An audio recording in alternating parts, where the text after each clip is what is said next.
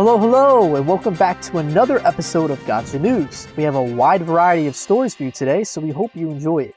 And if you did, give that like button a nudge, why don't you? And of course, make sure to subscribe to stay up to date on everything 5-9, and leave us a comment if there are any Gacha games you'd like us to cover. Or just let us know how you feel about the stories mentioned in the episode. Now, without further delay, let's get into this week's news. We have another week of NieR news surrounding NieR Reincarnation, with the most exciting being the global version of Reincarnation now being up for pre-registration.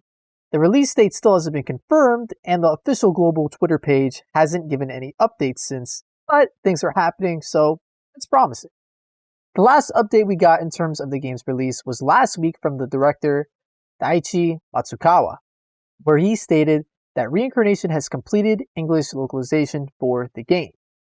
As you can see, I'm all registered and ready to go, so check for yourself to see if you can pre-register as well. For non-global folk, on the JP side of NieR Reincarnation, players are in the middle of another collaboration, this time with Drakengard 3, which is what NieR is spun off of. During the crossover celebration, players can get 0 through a limited time event and by Gacha as well. A new chapter will also be added tomorrow called Of Water and Smoke, so there's a lot of content to sink your teeth into currently. NieR Reincarnation is available on Android and iOS for JP. It is now up for pre-registration for the same platforms on global as well.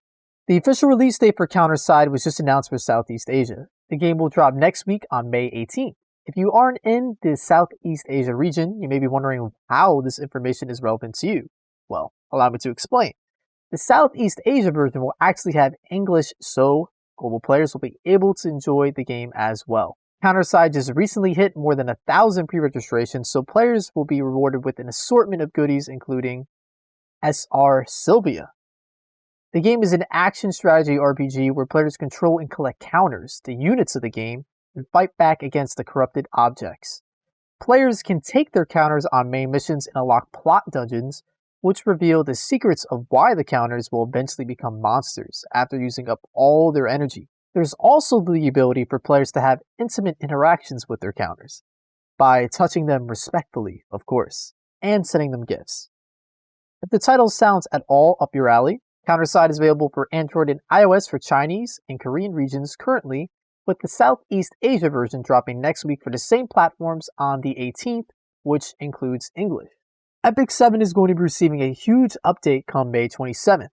With the update, there will be significant changes to summoning, growth, and content overall. First, we'll take a look at changes with summoning. To reduce the need for players to reroll when starting the game, the update will make players receive 5-star units guaranteed on their 1st, 10th, 20th, and 30th summons, with another selective summon unlocking after clearing episode 3. Moving on to growth, penguins will be chained so that they no longer take up hero slots, and players will not have a limit of how many they can acquire. Lastly, for content changes, side stories will be improved, netting players more rewards for completing them for less energy. There will also be new content coming along with the update as well. A new side story called Advent will be added where players will have 9 different heroes organized into 3 different parties. Each of the 3 parties will participate in taking down the boss in its 3 phases. The other announcement for new content comes in the form of Guild PvE, which is a mode called Ancient Inheritance. Players must work with their guildmates strategically in order to explore the deepest area and get the most out of exploration. This is the current update schedule for the game, so if you're an Epic 7 player, there's a lot to look forward to in the coming months. There were a ton of other things to mention with the update, so if you'd like to see everything yourself, please look in the description below for more information. Epic 7 is a fantasy RPG with its 3rd anniversary coming shortly. So if you never gave it a shot, you may want to look into it if you're on the hunt for a new gacha game to play. Epic 7 is available for Android, iOS, for global, with added support for many other languages. Musume, Pretty Derby, you know that horse girl gacha game? Yeah, well, it's been dominating in sales numbers. It's been in first place for 70 consecutive days on the JP Android store, which is insane. In Japan, the most common devices are iPhones, and on the iOS store, Pretty Derby has been number 1 28 out of the 30 days in April. Again, insane. Right now, Monster Strike is on its heels due to the Jujutsu Kaisen collab going on right now. Also, keep in mind, Monster Strike has been out since 2013 in JP. Pretty Derby came out in late February of this year. Whether or not Pretty Derby will continue its reign as #1 in sales for JP remains to be seen, but it isn't showing any signs of slowing down anytime soon. If you'd like to get in on history in the making, Musume Pretty Derby is available for Android, iOS, and PC for JP. 2 weeks ago, we reported on the shutdown for ArcLad the R on JP, and even with the announcement, Voltron Games is still moving forward with the game's global release. The game is available to download right now if you're interested, but be warned, the game did shut down on JP, so there's no guarantee the game will last all that long. The mobile title is based on the first two ArcLad games originally released on the PlayStation 1 in the 90s. The mobile game uses the strategic battle system of the originals with familiar characters from the series. So, if you're an ArcLad fan, this is basically as close you'll get to a sequel. ArcLad R is available for Android and iOS on global. As mentioned in last week's episode, Square Enix had a live stream which showcased the mechanics of Final Fantasy VII The First Soldier. If you'd like to watch the live stream in its entirety, please look in the description below. During the stream, there is a segment where we can see a soldier riding a chocobo in a large explorable area, which looks pretty good for a mobile title. The only thing that bothers me is that it looks a lot like Fortnite, and that makes me very depressed. But before I get into a rant about how much I hate Battle Royale games, they did reveal that players will be able to get their hands on the title early. There will be a closed beta starting June 1st that will run until the 7th. Only those in US and Canada will be able to sign up via Google Play Store, with the opportunity to sign up being until 8 p.m. Pacific Time on May 27th. The game will not allow you to transfer any data over to the full game when it releases. Speaking of release, the game has no confirmed date at this point other than 2021 for Android and iOS devices. And for my last story, TouHou Lost Word officially launched 2 days ago for global on the 11th. If players download the game and log in before June 4th, they'll be rewarded with items like coins, story card rituals, and seal crystals. Also in celebration of the game's launch, there will be a special release giveaway in which participants can win limited edition acrylic figures and in-game seal crystals. As of this episode airing, there will be 11 days left to enter with 17 different ways for participants to enter. 30 lucky winners will be given a figure and 100 people will be given 50 seal crystals. TouHou Lost Word is an RPG where players comprise parties of 6 and use spell cards to defeat enemies. Players have the ability to customize their units' outfits and change their voices as well, with 3 voices to choose from for each character.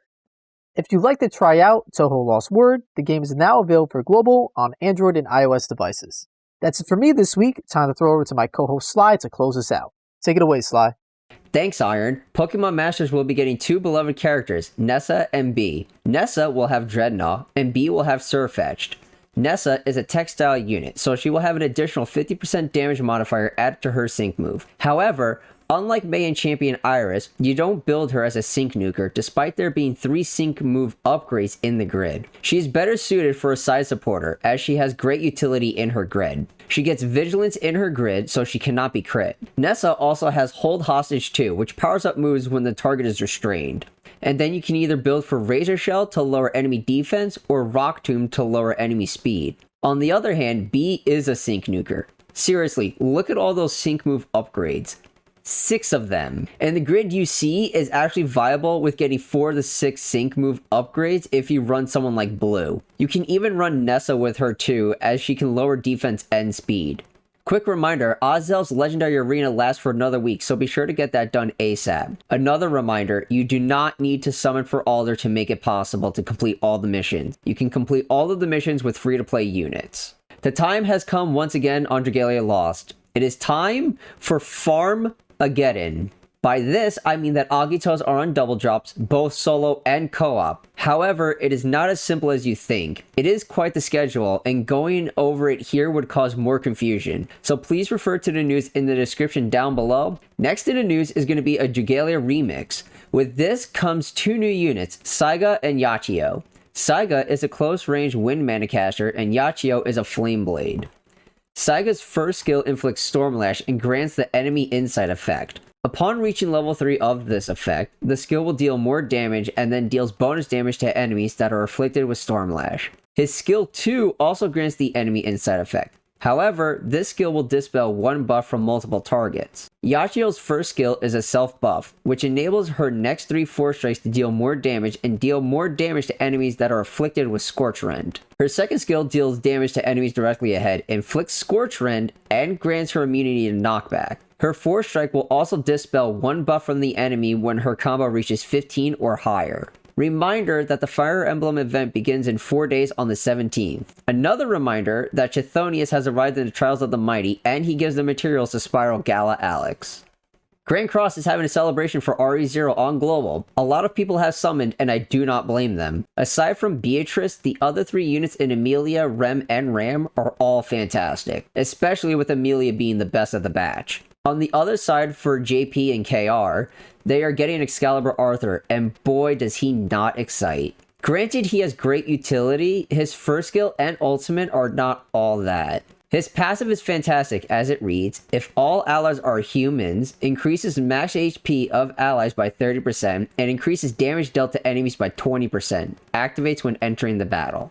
His skill 2 stance card is also good as it taunts enemies and decreases damage taken by up to 75% when attacked and reduces the ultimate move gauge of the enemy. However, alongside Arthur, JP and KR are receiving the final boss event for Derriere and Monspeed. Derriere's outfit is acquired by reaching the top 50% on the leaderboards, whereas Monspeed will be purchasable in the special final boss shop with event medals.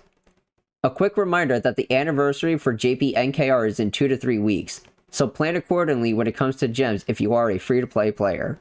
Lastly, we have big news coming out of One Piece Treasure Cruise. It is anniversary time for JP, and boy are the banners very interesting. For the Part 1 banner, you can do up to 30 multis in a rotation. However, it is not all that worth it to do the full 30. The banner does have all 3 new units in Luffy, Law, and Kid, alongside other units like Roger, Odin, and other quality legends. However, the format is not enticing enough for the Part 1 banner. For Parts 2, 3, and 4, however, the format is much more forgiving. Parts 2 to 4 only require 25 multis for rotation and give better step rewards along the way. The 7th and 20th multi for each of these 3 banners gives a guaranteed super limited pool legend. These include the brand new Luffy, Law, and Kid for their respective banners, along with other units such as Roger, Odin, and various other legends on the respective banner. On Global, we are getting a selected Sugo Fest banner that is split into 2 parts. Part 1 does feature units such as Kaido vs Big Mom, Halloween Shanks, and Sweet Generals. Part 2 features units such as Luffy Sanji, Germa 66, and Halloween Law. While I don't recommend players to summon on these banners, as the French anniversary is late July / early to mid-August with a much better banner, I do not blame players for trying, as Luffy and Sanji are a fantastic unit in terms of captain effect, special, and swap abilities. Alongside Kaido vs Big Mom also having a choice between 2 captain effects, 2 special ability choices, and 2 versus abilities to choose from, making them a flexible unit in terms of utility. That is all for this week's Gacha News. I'm your co-host Sly, signing us off here at 5-9 Gaming. Have a great weekend, everybody.